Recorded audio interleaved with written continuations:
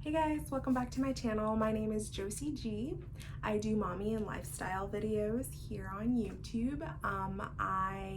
Right now I'm doing a breastfeeding tips and tricks videos. My first video is in my channel if you want to go check that out. I covered 5 different tips there, and I'll be doing another 5 today. So the first one I want to do for you today, the first tip I have is staying hydrated. That's one of the biggest things to do when you are breastfeeding, because obviously breast milk is liquid, so you need a lot of liquids in your body to produce breast milk. I drink about 100 ounces of water a day. I know a lot of people say that you can drink more than that if you want, but I feel like 100 ounces is enough. I know that is a lot. Saying 100 ounces is a lot, but it really isn't, because you're so thirsty during breastfeeding. Like, I feel like I get so dehydrated when I'm breastfeeding. So it's really important that you stay hydrated, because if you don't, then you won't see any milk. You'll see a drop in your supply. So if you ever do have a dip in your supply and you're wondering what's going on, drink a lot of water. And that might be it, because sometimes you just need some water to get your supply back up. So what I have is this is my water bottle. It's 30 ounces.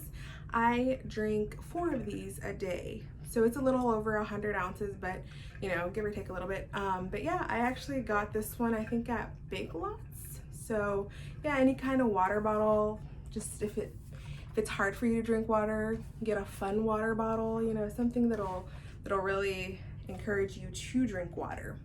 I also recommend coconut water. Coconut water is really good for staying hydrated. It doesn't taste bad. I don't think it does. I think it tastes good if it's cold. If it's like room temperature or not, or warm, then it's, it's not very good.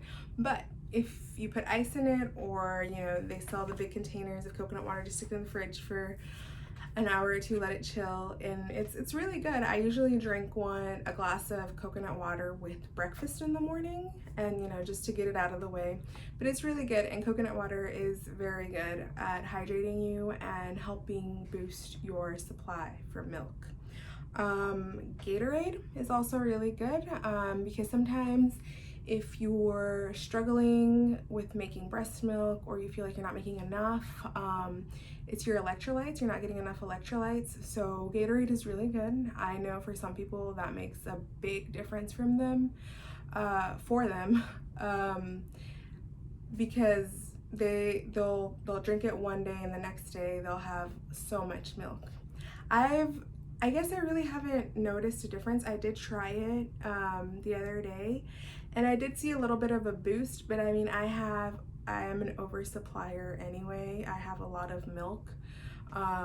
So Gatorade, it did boost my supply a little bit. But I know for some people that are really struggling, it does help. So if you have like a dip in your supply, or want to produce more breast milk, you can try Gatorade.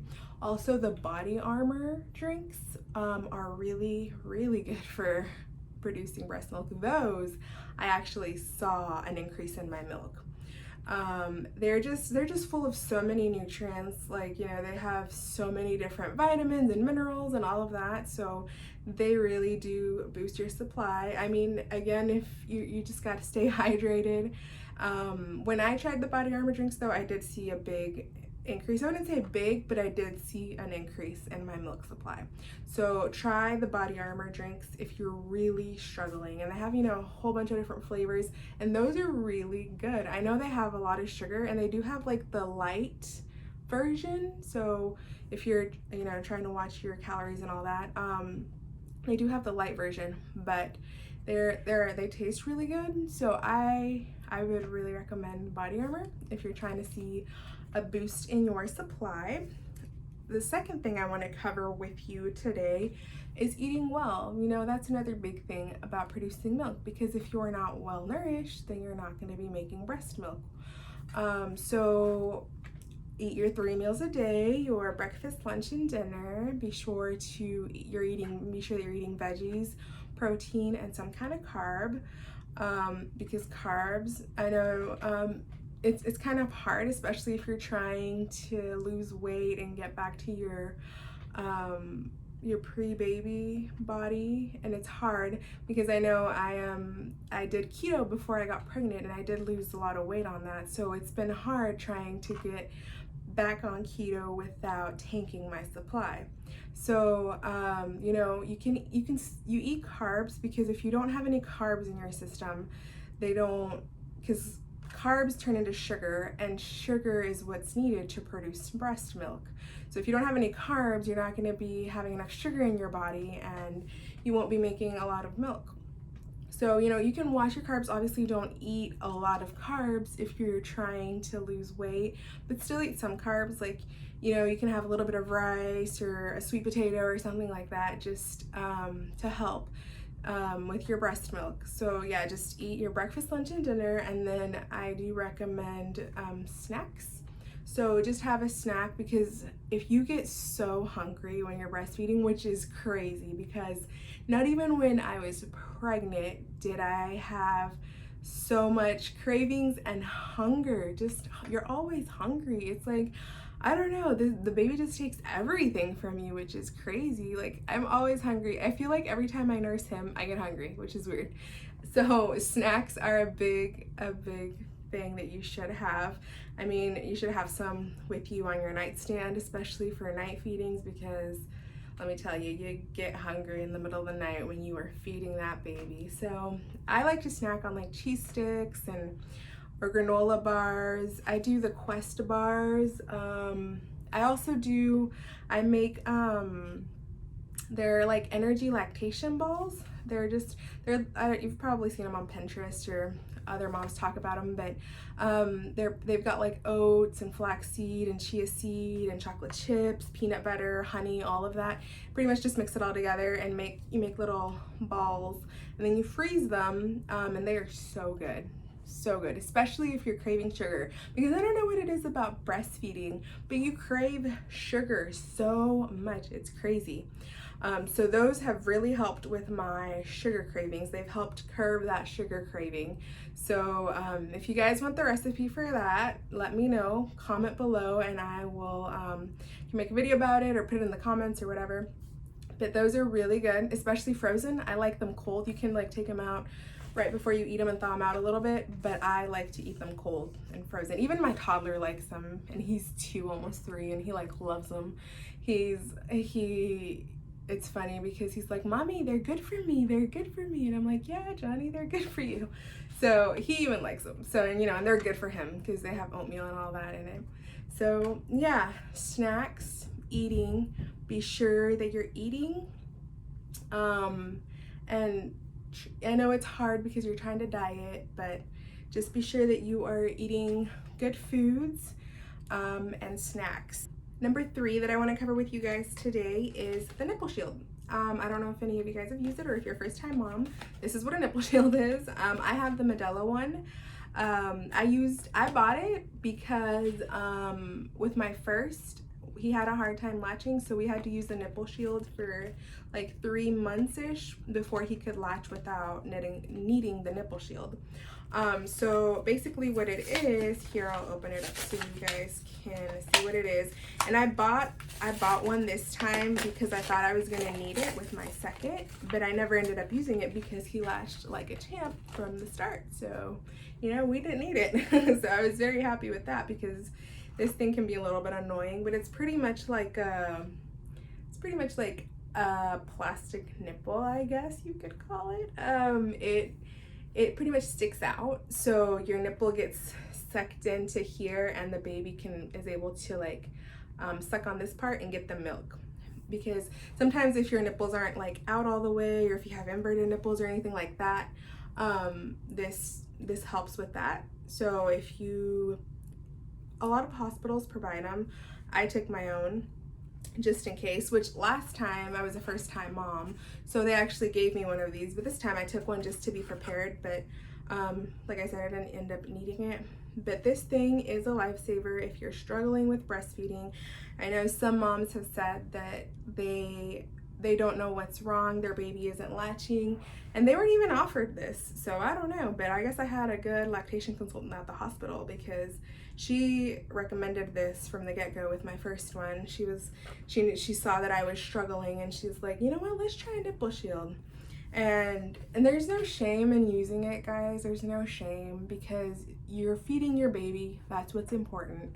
Like I said, I used mine for 3 months. It's okay. You know, it's annoying. It does get annoying. I had to buy like 2 or 3 because I kept losing it because it's like see-through, so it blends in with everything.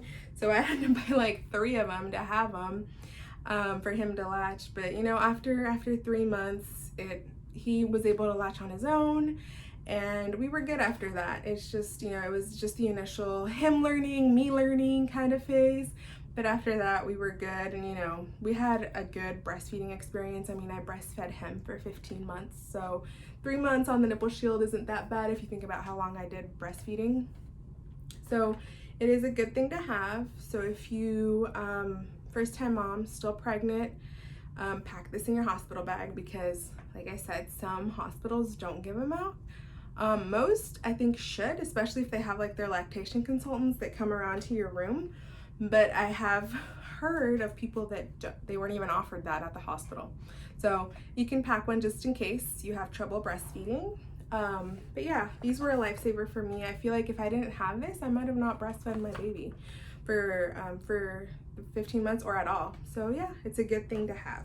Tip number 4 that I have for you guys today is power pumping. I don't know if you've ever heard of it, but it's basically telling your body to produce more milk than it already is. So if you're having trouble producing enough milk, or you're seeing a dip in your supply, I definitely recommend power pumping. I did it with my first because I saw a little bit of a supply dip when I went back to work. So I would do a power pumping session after I would pump at work.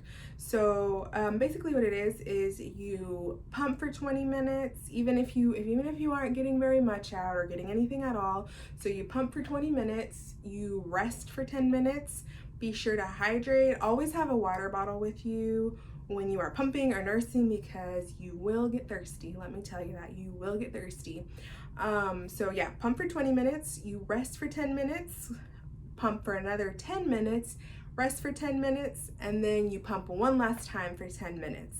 So you do this 1 to 2 times a day, depending on if you just like have a little dip in your supply, or if you need a lot of milk and aren't getting hardly anything at all, then you can do this like 1 to 3 times a day. I only did it once a day because I didn't need that much more, but it did help. After like 2-3 days, my body knew that it needed to produce more milk, so it started making more milk.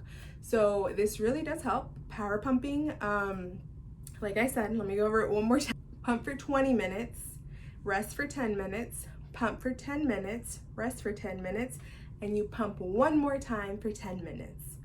Even if you're not getting milk, even if you're getting drops, you know, that's okay. You're just telling your body that it needs to make more milk. So if you need more milk or have a dip in your supply, definitely give this a try. All right, number 5, last one for you today. This is more of like a how to get your milk to come in faster kind of thing if you have a newborn, and it's cluster feeding. So probably your baby's gonna do it on its own, he or she on their own. What it is that they pretty much want to eat all the time. So after like the initial day of being born, like within 24 hours, they're like starving all the time. So they want to be latched the whole time, which is it's good though because it helps your milk come in. So cluster feeding is a really good thing. Mine, even right now, he still wants to eat every 1 to 2 hours. So if you feel like you're not getting a break because this baby always wants to be attached to you, it's okay, because it's normal, and it will make your milk come in faster. And if you're not producing enough milk, it'll tell your body that it needs to make more milk because your baby needs milk. So cluster feeding is a really good thing. Like I said, mine right now, he's a month and a week old right now, and he still wants to feed every 1 to 2 hours. So my body knows, which is crazy. Our bodies are like amazing. I'm still in awe of like what a woman's body can do. But my baby, he eats every 1 to 2 hours. So my boobs know that if they need to fill up by 2 hours, because the baby's going to be ready to go in 2 hours. So it's crazy, because with my first, he would eat every 3 hours when he was a newborn. And so, you know, my boobs knew that they had 3 hours to fill up. So by the 3-hour mark, and it's crazy because they kind of start like tingling and they start hurting when it's almost time to eat. And it's crazy because the baby will start crying within like a few minutes of your boobs feeling like that. So it's pretty cool. But yeah, with my first, it was every 3, my boobs knew. And with my second right now, it's every 2. So, you know, your body adapts. So cluster feeding, getting that baby on there as much as possible, will help your milk come in. Definitely has helped with mine. And I know it's hard because you feel like you don't get a break, because they always want to be on the boob, but it's the greatest thing for your milk to come in. So yeah, guys, those are my 5 tips for you today. I hope you found them helpful. If you have any questions for me today, leave them in the comments below. Also be sure to like and subscribe for more videos. I'm going to be doing one more video in this series. I'm probably going to do must-haves for breastfeeding. So like the nipple shield, you know, is one, obviously, and a few other things that I think are must-haves for breastfeeding. So be sure to subscribe to my channel so you can know when I post that video. I'm also going to be doing a video about a pump that I just received. It's my Freemie pump.